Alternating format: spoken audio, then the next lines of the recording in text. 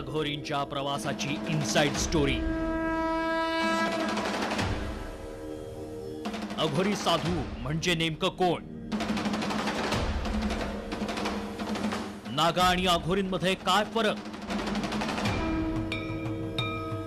घोर म्हणजे भीती, अघोरी म्हणजे असा मनुष्य की ज्याला कशाचीही भीती वाटत नाही।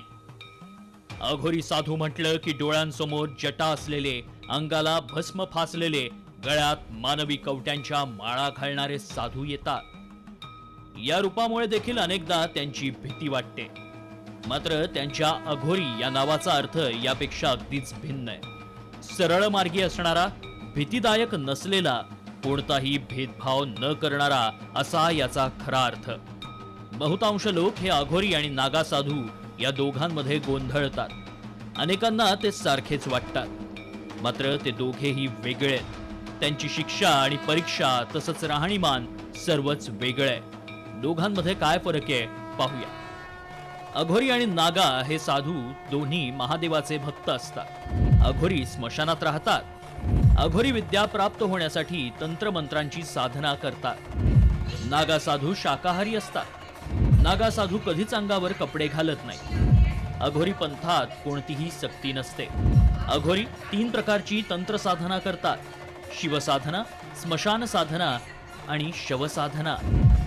नागा साधू केवळ शिवसाधना करतात। खरे अघोरी कुणाकडूनही पैसे घेत नाहीत। अघोरी संप्रदाय मानणाऱ्यांची संख्या तशी कमी आहे। अघोरी रीतीचे योग्य पद्धतीनं पालन करणारे खूपच कमी लोक आहेत। त्यातही अघोरी बनण्यासाठी काही टप्पे असतात। अघोरी बनण्यासाठी एका गुरुची गरज असते। गुरूंकडून बीजमंत्र मिळणं हे आवश्यक। गुरूंनी दिलेल्या आज्ञेचं पालन आवश्यक। गुरु शिष्याच्या हाताला, गळ्यात आणि कमरेला काळा धागा बांधतात। शिष्याला अघोर साधनेच्या काही नियमांची ओळख करून देतात। महादेवाचं साक्षात दर्शन करून मोक्ष प्राप्ती हेच अघोरीचं एकमेव ध्येय असतं। अघोरींकडून संपूर्ण कुटुंबाचा त्याग केला जातो। सामान्यपणे समाजानं नाकारलेल्या गोष्टींचा स्वीकार अघोरी साधू करतात। अघोरींचं वास्तव्य स्मशानात असतं। मानवी मृतदेहाच्या मांसाचं भक्षण, कवटीचा वापर पात्राप्रमाणे करून त्यातून ते अन्नग्रहण करतात।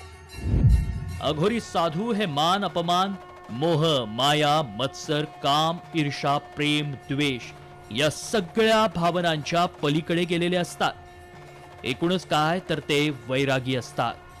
महादेवांप्रमाणेच स्मशानातील भस्म ते शरीराला फासतात। यंदाचा कुंभमेळा हा अनेक अर्थांनी खास आहे।